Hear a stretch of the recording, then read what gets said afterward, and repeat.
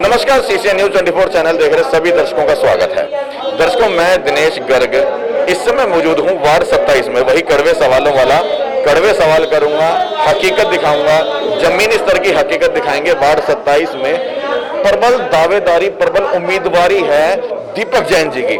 निगम के चुनाव है 2022 के और इस समय हर राजनीतिक पार्टी अपने अपने कार्यों में लगी। इस समय हर जो है कैंप लगाए जा रहे हैं, जगह जगह नजदीक में जितने भी उम्मीदवार हैं हर जगह कैंप लगाए जाए, आधार कार्ड के, वैक्सीन के और बोले आपके इलेक्शन कार्ड को लेकर के। हर बंदा चाहता है कि मैं 2022 के निगम के चुनाव में जीत जाऊं और जनता की सेवा करूं। कुछों की मंशा है कि मैं लेंटर के पैसे खाऊं, कुछों की मंशा कुछ होगी, कुछों की मंशा कुछ होगी। तो इस चीज को लेकर के जब हम अचानक आज यहाँ पर पहुंचे, मैं यहाँ से बाहर निकल रहा था लगभग बुद्ध विहार की सड़क से, तो मैंने देखा यहाँ पे दीपक जैन जी का जो कार्यालय है वहाँ पर अचानक से काफी भीड़ लगी है। मैंने कहा चलो एक बार हम भी यहाँ पे औचक निरीक्षण कर लें, क्या मिलता है क्या नहीं मिलता है। लेकिन यहाँ पर जब मैं पहुंचा तो देखो कैसे व्यवस्था से बकायदा कुर्सी लगा रखे हैं। ये देखो, एक कुर्सी के बाद थोड़ा गैप दे करके दूसरी कुर्सी, फिर तीसरी कुर्सी, चौथी, पांचवी, और प्रॉपर सबके पास मास्क लगा रखा है। ये देखो, हाथों में ग्लव्स लगा रखे हैं, सबने मास्क लगा रखे हैं। यहाँ पे दिखा दो, सबके दिखा दो, ये देखो सबके चेहरे पे, यहाँ पे देखो, इधर इधर देखो। लेकिन यहाँ की अगर बाहर की बात करूं तो यहाँ पर बाहर मैंने देखी भीड़ इतनी लगी हुई थी कि मानो मतलब गजब। लेकिन अंदर आके देखा तो व्यवस्था उससे भी ज्यादा बढ़िया थी। सबने सोशल डिस्टेंसिंग के साथ यहाँ पर जो है मास्क लगा रखे हैं और प्रॉपर ये देखो कैसे समझाया जा रहा है। यहाँ पे समझा रहे हैं किसी चीज को लेकर के। अभी नेताजी थोड़े बिजी हैं, इनसे बात करेंगे इस बारे में।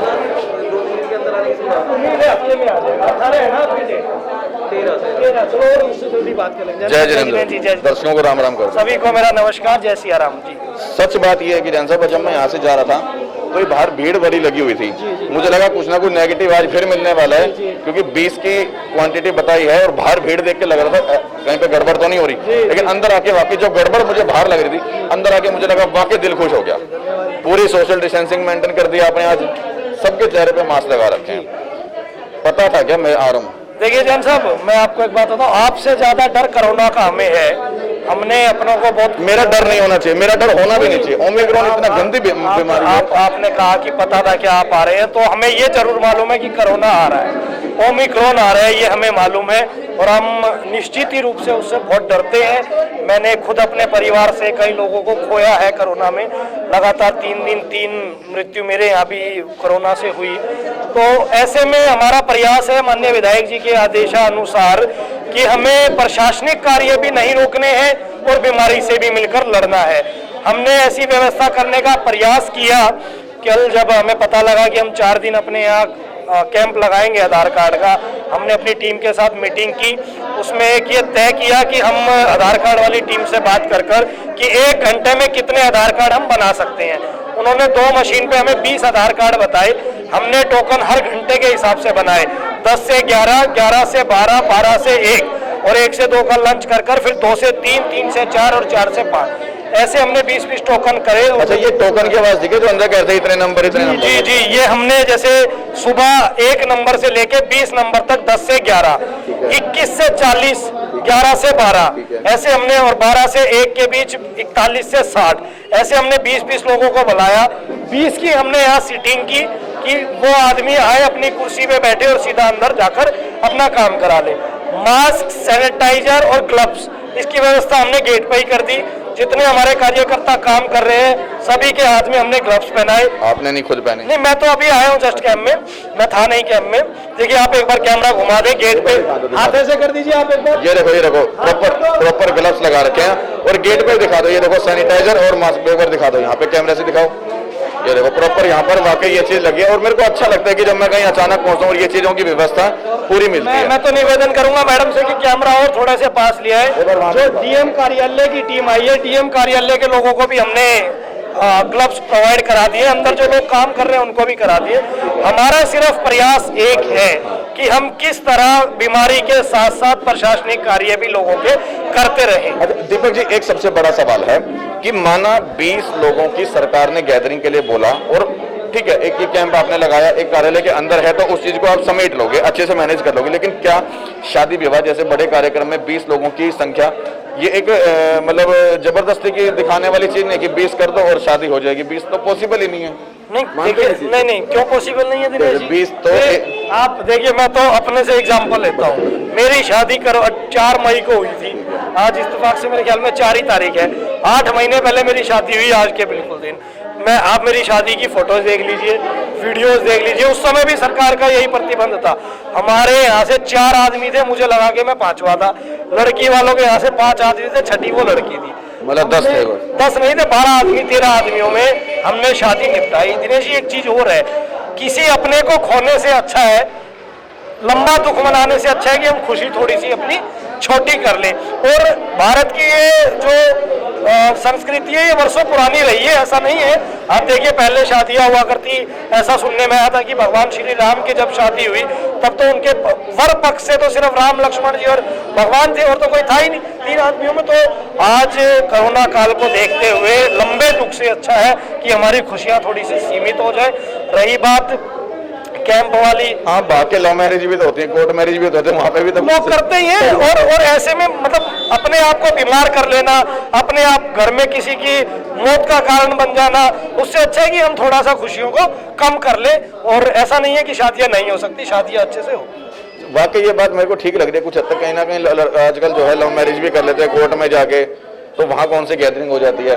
और यहाँ पर तो बड़े अच्छे तरीके से मैनेज कर लिया। और बात रही, जब मैंने पूछा था शादी को लेकर के, इनकी खुद की शादी बताओ 12 बंदों से हुई है, तो आज भी मुझे मायूस तो नजर नहीं आ रही है। नहीं देखिए, मुझे किसी चेहरे से झलक रही है। एक अच्छी बात यह है जी कि बड़े हादसे उस समय हम लोगों ने देखे। और मैं आपको बताऊं कि मेरी शादी के लिए शक्ति टेंट हमने बुक कर रखा था। 2 से 2.5 हज़ार आदमी कम से कम शादी में होते भी, पैसे बर्बाद हो गए होंगे। पर नहीं, पैसे तो क्या है कि सरकार का नियम आ गया था, सरकार ने सभी टेंट वालों को ऑर्डर दे दिया था। बहुत से लोगों के पैसे रिफंड आ गए थे, आपके आशीर्वाद से मेरे भी आ गए थे। चलो, ये बड़ा अच्छा लगता है कि किसी भाई के पैसे वापस आ गए, मरे नहीं। मतलब तो प्रतिबंध होते हैं वो हमारे लिए होते हैं, बंदे मर गए, पैसे नहीं भरे। हाँ, प्रतिबंध हमेशा हमारे लिए होते हैं, और सरकार भी कहीं ना कहीं हमारे लिए ही सोचती है, बिल्कुल ठीक है। तो हमें मान लेना चाहिए। और सरकार हमेशा कहीं ना कहीं हम लोगों की भलाई के लिए ही कार्य करती है, फिर चाहे वो दिल्ली सरकार हो, केंद्र सरकार हो। लेकिन कुछ चीजें राजनीतिक तौर पर उनका आरोप प्रत्यारोप चलता रहता है, और इसी का नाम राजनीति है। लेकिन कोई भी सरकार ये नहीं चाहती कि मेरी जनता परेशान हो।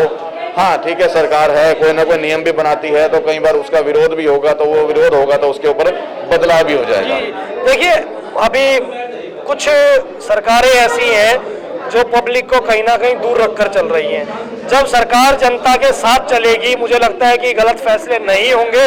जब सरकारें जनता से मोह भंग कर चलेंगी, तब तक गलत फैसले होते रहेंगे। उनका विरोध होता है, वो बदल दिए जाते हैं। फिर देखिए, मैं तो एक बात कहता हूँ ना, अभी जैसे सबसे बड़ा कानून रद्द हुआ हमारे यहाँ, कृषि कानून। एक निवेदन है मेरा भारत सरकार के प्रतिनिधियों से, देखिए आम नागरिक होने के नाते, कि आप कोई भी पॉलिसी बनाएं, मान लीजिए किसानों के लिए अगर कोई पॉलिसी बन रही है, तो मुझे लगता है कि देश के जितने राज्य हैं सभी से अगर 10-10 किसानों के प्रतिनिधित्व को बुलाकर सरकार अगर कानून बनाए, तो मुझे लगता है कि क्या पता वो कानूनी फॉर्म ना होता, और अगर फॉर्म होता भी तो किसानों के साथ फॉर्म होता। तो ऐसे जैसे दिल्ली सरकार ने सबसे पहले जनमत लिया, 28 सीटें आई कि हमें सरकार बनानी चाहिए, जनता ने कहा बनाओ। जिस दिन छोड़ा उस दिन जनता को कहा जी क्या करे, सरकार नहीं चल पा रही कांग्रेस के साथ, छोड़ दे क्या, लोगों ने कहा छोड़ दो, छोड़ा। और उसके बाद क्या हुआ कि 67 सीटों वाली सरकार जनता ने बनाकर दी। तो जब आप जनता के साथ फैसले करेंगे, जनता को साथ लेकर फैसले करेंगे, तो निश्चित ही वो फैसले सराहनीय होंगे। जब जनता को आप दरकिनार कर फैसले करेंगे, तानाशाही से, देखिए ये बात मैं नहीं कह रहा तानाशाही की, कल गवर्नर ऑफ असम सत्यपाल मलिक जी ने कहा कि उन्हीं की पार्टी के नेता थे कि जब मैं प्रधानमंत्री जी से मिलने गया कृषि कानून पे, प्रधानमंत्री जी बहुत घमंड में थे। उन्होंने कहा मेरे लिए किसान मरे हैं क्या, मेरे शब्द नहीं है, ये सत्यपाल मलिक जी के। तो जब ऐसे अहंकार, ये किस चीज में देखा आपने? कल सत्यपाल मलिक जी ने अपने ट्विटर पे बयान दिया है, मैं शायद आपको जानकारी नहीं होगी, मीडिया में भी काफी चला है, एबीपी न्यूज पे 1 घंटे की डिबेट भी रही। सत्यपाल मलिक जी ने कहा कि मैं कृषि कानून को लेकर माननीय प्रधानमंत्री जी से मिला, मैंने उनको कहा कि प्रधानमंत्री जी 700 किसान मर चुके हैं। उन्होंने बोला प्रधानमंत्री जी उस समय बहुत घमंड में थे, उन्होंने कहा कि क्या मेरे लिए मरे हैं क्या। तो ऐसे जब हमारे देश के माननीय प्रधानमंत्री जी के शब्द होंगे, जिन पर 135 करोड़ जनता इस देश की विश्वास करती है, जो एक एक बच्चे की तरह उनको रखना चाहिए, तो ऐसे जब अहंकारी सरकार चल रही होगी तो जाहिर सी बात है कि वो जनता के विरोध में ही कार्य करेगी। लेकिन इसमें भी कोई दोहराई नहीं दीपक जी कि सरकारों का काम है एक दूसरे पर आरोप प्रत्यारोप लगाना। इस समय देखो भारतीय जनता पार्टी ने अगर पूरी दिल्ली में विरोध किया, विरोध होगा तभी तो कुछ बदलाव होगा। दिल्ली वासियों ने, बल्कि पूरे भारतवासियों ने इस तीन कानून का विरोध किया, काले कानून का नाम दिया, तो उसके अंदर बदलाव हुआ। मतलब दो बातें हैं कल के विरोध पर। देखिए, आम नागरिक होने के नाते आप भी कल सड़क पर होंगे। दिल्ली सड़क पर था और उस चीज का विरोध कर रहा था कि अगर वो जो विरोध उनको करना है वो विरोध शांति प्रिय तरीके से होता है, बजाय कि मैं तो एक सबसे पहले वीडियो देखी थी मेरी, आदेश गुप्ता साहब से एक निवेदन करूंगा, दिल्ली के हमारे प्रदेश अध्यक्ष हैं, कि दिल्ली सरकार के फैसले के बाद आबकारी नीति का जो दिल्ली सरकार का फैसला था, जब वो फैसला भारतीय जनता पार्टी को मंजूर नहीं था तो उन्होंने हरियाणा में क्यों किया? आज हरियाणा में फिर से 21 साल उम्र कर दी गई है। आज हरियाणा में आबकारी नीति के दिल्ली के अंदर जितने ठेके हैं उससे 10 गुना ज्यादा ठेके हरियाणा के अंदर है। जब विरोध आदेश गुप्ता जी दिल्ली में कर सकते हैं तो वो हरियाणा जाके क्यों नहीं कर सकते? अगर उनको विरोद करना है, मैं आमंत्रित करता हूं आदेश गुप्ता जी को, माननीय मुख्यमंत्री जी के घर के बाहर आए और वहां प्रदर्शन करें। आपने मेरी वीडियो देखी थी कल? मैंने मैं नहीं देख पाया कैंप की व्यस्तता के कारण। मैं दिनेश जी एक बात दिल्ली का नागरिक होने के नाते जरूर कहूंगा कि कल मैं आपको बताऊं, मुझे बुजुर्ग लोगों को छोड़ने स्टेशन जाना था। जो सफदरजंग रेलवे स्टेशन 1 घंटा 35 मिनट में मैं गाड़ी से पहुंच सकता था, मैं 3.5 घंटे में कल वहां पहुंचा। क्या दिल्ली वासियों ने भारतीय जनता पार्टी को निगम और केंद्र में वोट देकर इसलिए शक्तिशाली बनाया था कि वो दिल्ली को रोक दें? मैंने कल बहुत बड़े सवाल लगाए थे केंद्र सरकार के ऊपर, बीजेपी सरकार के ऊपर, मोदी जी की प्रशासन के ऊपर, कि कल कितनी अर्थव्यवस्था का नुकसान हुआ, उसका जिम्मेदार कौन? पहला। दूसरा, क्या ओमिक्रॉन जैसी महामारी सिर्फ college, school, gym, spa, hotel इन्हीं में आ रही है? क्या इतनी जो भीड़ वहां पर लग गई वहां नहीं आने वाली है? तीसरा, मुझे शायद ऐसा भी लगा था कल कि भारतीय जनता पार्टी के कार्यकर्ताओं के साथ ओमिक्रॉन का एक गठबंधन हो गया कि वहां पर ओमिक्रॉन नहीं आने वाला है। देखिए दिनेश जी, ये अगर कैमरा देखें, ये दिल्ली सरकार की डीटीसी की बसें हैं। इनका नुकसान दिल्ली सरकार अरविंद केजरीवाल जी के घर की सरकार नहीं है, देश के दिल्ली के लोगों की सरकार है। अगर दिल्ली वासियों की बसें ऐसे एक प्रदर्शन पर तोड़ दी जाती हैं, मैं तो बेशर्म की बात है। एक दूसरा, उसके प्रदर्शन के बाद एक वीडियो देखने को मिली, अगर आपका कैमरा दिखा पाएगा, ये प्रदर्शन के बाद की एक वीडियो है। ये देखिए, ये भारतीय जनता पार्टी के कार्यकर्ता इसमें साफ नजर आ रहे हैं। उस प्रदर्शन के अंदर वो लोग ड्रिंक कर रहे हैं और वो विरोध वहां शराब का करने गए। तो सिर्फ वीडियो इसके प्रदर्शन के बाद की नहीं, क्योंकि ये वीडियो तो मैंने 2 दिन पहले ही देख ली थी। ये आपके पास आई ना? मेरे पास जो वीडियो है कल के प्रदर्शन के संबंध में, ये वीडियो है। मैं वीडियो की पुष्टि नहीं कर रहा हूँ, मैं कह रहा हूँ अगर 2 दिन पुरानी भी है तो ये गलत है, गलत है। और करनी में फर्क क्यों? ये बात बिल्कुल ठीक कह रहे हैं कि ये इसके अंदर भारतीय जनता पार्टी के कार्यकर्ता हैं। हालांकि वीडियो मेरे पास 2 दिन पहले आ गई, वो अलग विषय है, लेकिन परंतु गलत है वो, चाहे 2 दिन पहले हो या 2 दिन बाद हो। इसके अंदर भारतीय जनता पार्टी के कार्यकर्ता हैं, जिनमें बीजेपी की टोपी है, सेम वही टोपी जो गांधी जी ने लगाई थी, सेम वही टोपी जो केजरीवाल जी ने लगवा दी थी। इसके अंदर भारतीय जनता पार्टी की टोपी के कार्यकर्ता लगा करके बकायदा शराब पी रहे हैं, और वो भी सरेआम पी रहे हैं। शर्मनाक बात। मुझे लगता है दिनेश जी, आपको अपनी बात में थोड़ा सा चेंज कर लेना चाहिए। आपने कहा गांधी जी की टोपी भारतीय जनता पार्टी के लोगों ने लगा रखी है, कहीं वो डिजाइन कहीं वो आपको भी देश विरोधी ना कहते। जो राष्ट्रीय पिता महात्मा गांधी जी के त्याग को भी नहीं समझ पाए, ऐसे नाथूराम गोडसे के भक्तों से हम यही उम्मीद कर सकते हैं कि वो जब सड़क पर आएंगे तो वो प्रदर्शन करते हुए बसें तोड़ेंगे, महिलाओं को नुकसान पहुंचाएंगे, दिल्ली वासियों को नुकसान पहुंचाएंगे। जिस व्यक्ति के आदर्श नाथूराम गोडसे जैसे लोग हों, वो व्यक्ति यही कर सकते हैं, उनसे उम्मीद भी ऐसी। कल मेरे पास एक मैसेज आ रहा था, प्रीति अग्रवाल जो महापौर रह चुकी हैं, निगम पार्षद है वहां से, कि वो मैसेज डालती हैं कि जो कल हम लोगों ने प्रदर्शन किया उस बीच में हम देख रहे थे कि दिल्ली वासियों को जो यातायात करने में दिक्कत परेशानी है, उसके लिए हम क्षमा प्रार्थी हैं। क्या क्षमा प्रार्थी हैं? तो पहले नहीं पता था क्या इन लोगों को कि इस तरह से दिक्कत आने वाली है? या पहले गड़बड़ कर दो, घोटाला कर दो, परेशान कर दो और उसके बाद अच्छा दिनेश, मैं माफी मांगता हूँ। आपने पूरी दिल्ली के अंदर भारतीय जनता पार्टी के इस प्रदर्शन से संबंधित पोस्टर देखे? उस पोस्टर में बड़ा बड़ा लिखा था चक्का जाम। बिल्कुल लिखा। चक्का जाम का मतलब क्या है? कि हम पूरी दिल्ली में जाम कर देंगे, मतलब पूरी दिल्ली ठप कर देंगे। ये चक्का जाम का मतलब है ना जी। तो प्रीति अग्रवाल जी, आज आपने कहा कि वो माफी मांग रही थी, आपने भी देखा हो शायद वो मैसेज। हाँ, कि प्रीति अग्रवाल जी माफी मैं तो एक बात कह रहा हूँ कि माफी उनके उन नेताओं को मांगनी चाहिए जिन्होंने इस प्रदर्शन को प्लान किया। मैं एक देखिए एक स्वतंत्र लोकतंत्र के अंदर, एक स्वस्थ लोकतंत्र के अंदर प्रदर्शन बेहद जरूरी है, होते रहने चाहिए, विरोध होना चाहिए। और मैं सराहना भी करता हूं कि चलिए आपको कोई चीज अच्छी नहीं लगी आप विरोध करें, पर उस विरोध से जनता को बिल्कुल भी नुकसान नहीं होना चाहिए। भारतीय जनता पार्टी की नीतियां सदैव जन विरोधी रही हैं और वो अपनी नीतियों में हमेशा दिन प्रतिदिन बढ़ाफाई कर रहे हैं, खत्म नहीं कर रहे। भाई देखो, जब तक विरोध नहीं होगा तब तक उसका बदलाव कैसे होगा? इसलिए विरोध होना भी बहुत जरूरी है, क्योंकि विरोध होगा, अगर विरोध ना होता कानूनों का तो वो वापस ना लिए जाते। अगर विरोध शराब की नीति का नहीं होगा तो उसमें सुधार या उसमें बदलाव कैसे होगा? ठीक है, पार्टियों का काम है, जब भी तो दूसरी विपक्ष पार्टी बनती किस लिए? ताकि वो उस चीज का विरोध कर सके, अगर वो उनको कोई भी चीज गलत लग रही है तो। लेकिन विरोध करने का भी एक तरीका होता है, ये नहीं कि हमारी अर्थव्यवस्था को नुकसान पहुंचा दो, आम जनता को नुकसान पहुंचा दो। बसों की तुम लोगों ने टायर की हवा निकाल दी, उससे क्या मिल गया? दिल्ली सरकार का नुकसान हुआ, दिल्ली की जनता का नुकसान हुआ। कहीं ना कहीं ये पैसा हम लोगों को अपनी जेब से। असल मायने में जो पत्रकारिता हम लोग इस समय आपको दिखा रहे हैं, वो सिर्फ सोशल मीडिया की आवाज उठा रहे हैं, सोशल जनता की आवाज उठा रहे हैं। क्यों? वो उस चीज से मैं भी समझ देख रहा हूं। इस समय अगर मैं बीजेपी पार्टी से होता तो शायद मैं उसका पक्ष कर रहा होता, और मैं आम आदमी का होता तो मैं इनका पक्ष कर रहा होता, और मैं कांग्रेस का होता तो राहुल गांधी का पक्ष कर रहा होता। फिर मैं उनको पप्पू ना कहता, मोदी जी को मोदी जी कहता। लेकिन जो सच है वो तो दिखाओ ना। वाकई में वहां पर गलत हुआ है। जो प्रदर्शन था, प्रदर्शन करना चाहिए, केजरीवाल जी के दरवाजे पे करते, उनके कार्यालय पे करते, उनके आवास पे करते, ठेकों के सामने करते, शांति प्रिय करना चाहिए था, बकायदा कि दिल्ली के सत्यानाश करके। देखिए, जब किसान प्रदर्शन कर रहे थे दिल्ली के बॉर्डरों पे, तब भारतीय जनता पार्टी के बड़े बड़े नेता और दिल्ली के जितने भी इनके नेता लीडरशिप है और भारत सरकार, पूरी सरकार एक बात कह रही थी कि क्यों नहीं किसान रामलीला मैदान में आकर प्रदर्शन कर लेते, क्यों नहीं ये राजघाट आकर प्रदर्शन कर लेते, जंतर मंतर कर लेते। मेरी तो उन्हीं नेताओं को एक सलाह है कि कृपया अपना साल डेढ़ साल भर पुराना वो अपना भाषण चेक करें, वो जो प्रतियां उन्होंने किसानों को भेजी थी वो चेक करें।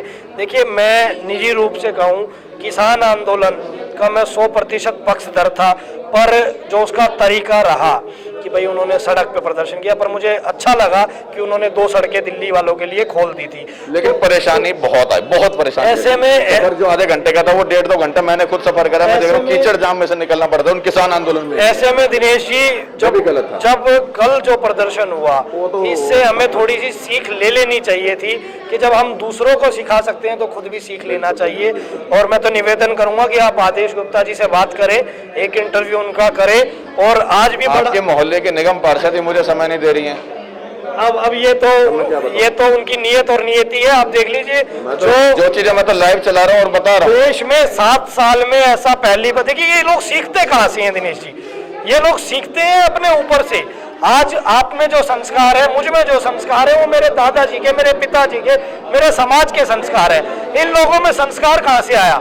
आज आप देखिए, 7.5 साल भारतीय जनता पार्टी की देश की सरकार को हो गए। एक दिन मुझे वो बताएं कि माननीय प्रधानमंत्री जी ने आगे मीडिया संवाद किया हो।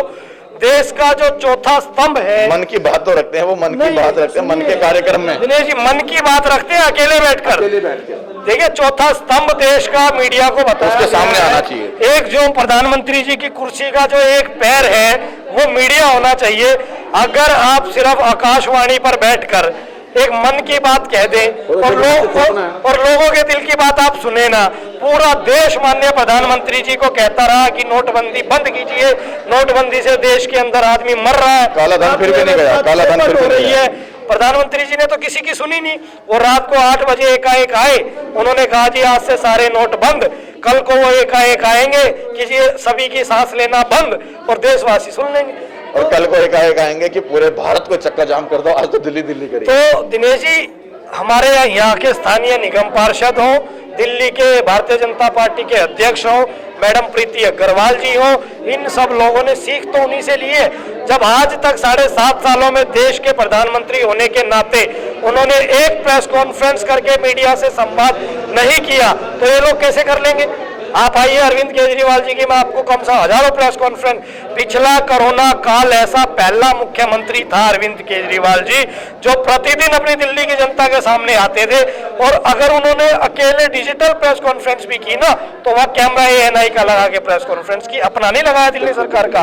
प्रतिदिन आज तक भी, आज वो दुर्भाग्य से कोरोना पॉजिटिव हो गए हैं माननीय मुख्यमंत्री जी, उससे पहले कल आप देखिए 3 राज्यों में चुनावी सभाओं के बाद भी वो डेली अपने घर बैठते दिल्ली आवास पर और डेली दिल्ली का हेल्थ बुलेटिन जारी करते कि आज मेरे दिल्ली वासी इतने ठीक हुए, इतना कोरोना पॉजिटिव हुआ।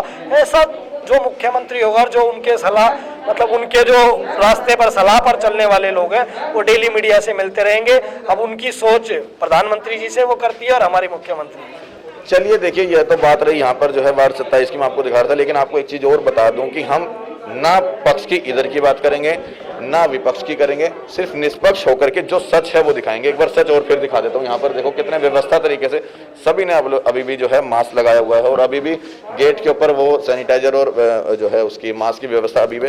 तो वाकई ये चीज मुझे बड़ी अच्छी लगती है कि जब हम लोग अचानक पहुंचते हैं, टाइम तो इन्होंने कितने बजे का रखा था आपने यहाँ पे? 10 बजे से 5 बजे तक आ जाए, लगभग हम 12 साढ़े 12 बजे पहुंचे थे, क्योंकि कई बार बंदा तैयार रहता है कि मीडिया आ जाएगी, दिनेश आ जाएगा, फिर कड़वे सवाल होंगे, कई बार इस तरह से तैयारी रहती है। अचानक पहुंचते तो भी अच्छा लगता है कि व्यवस्था यहाँ पर बनी है। इस तरह के शब्दों को देखने के लिए, इस तरह की खबरों को देखने के लिए हमारे साथ बने रहिए CCA न्यूज़ दिल्ली के साथ।